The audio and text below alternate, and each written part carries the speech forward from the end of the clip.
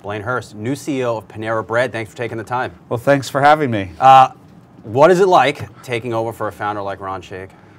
Well, let's just say things have gotten faster and a lot more work. But we're following a legend, and you know, Ron, I'm following a legend. But the exciting part about it is as Ron and I were at dinner last week, and we still spend a lot of time together, but as we were at dinner last week, he said, you know, I think I'm the CEO whisperer now. So what I love about how this transition has been going with Ron is he's not only stayed involved and engaged with the company in ways, but also with me personally. And I think that's a phenomenal opportunity for me to simply continue to learn. You know, take us through maybe just the inner workings of a JAB. We get a lot of questions about them. Not a lot of people know about them. What is it like from the inside out?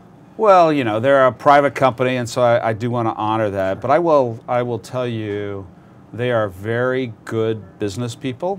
With what I love about their whole system and the way they approach the business is it commonly align our incentives. So my incentives are exactly the same as theirs. I view them as my partner.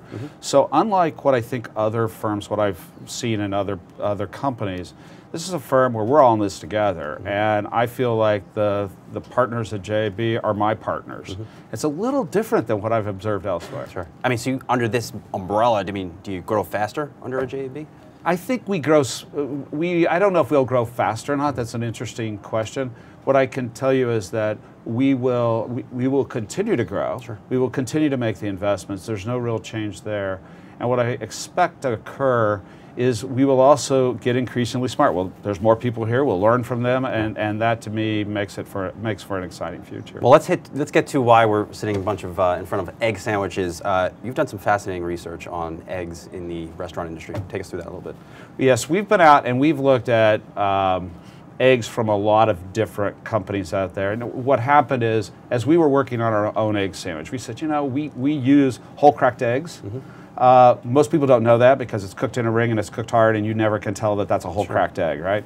So we said we can do better than that, and it turned out that was a lot of work, but we can do better than that. So we focused on an over easy egg that actually still has a runny yolk. And you say, well, not everybody likes it. Yeah, but if you like it, you love it. And so as we were doing that, we went out and looked at other folks who were doing egg sandwiches.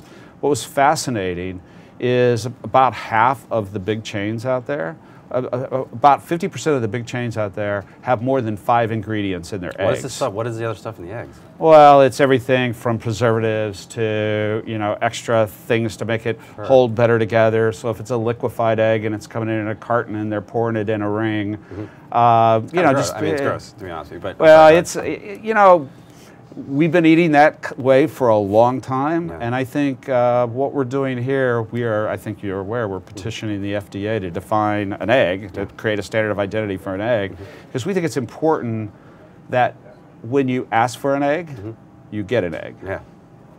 Yeah, you definitely. Do you expect this to drive change throughout the industry? How fast? I mean, I kind of know the players in my head that are not using real eggs. How long before they change? I don't know. I don't speculate, but I can tell you that I think it is important that brands like Panera, who stand for transparency in our food, that we take a position.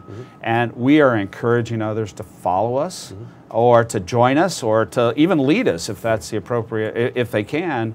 But the most important thing is we do the right thing for the consumer. Have you got any feedback on this from the companies that called out in this? Not yet, because we're just announcing it today. Well, I expect it's going to be an interesting day for you guys. We will have some, I'm sure we'll get some feedback somewhere. Sure. And lastly, you have a really extensive tech background. What's the next level of tech in a Panera Bread? You guys led with kiosks, you've led in mobile. Where do you go from here?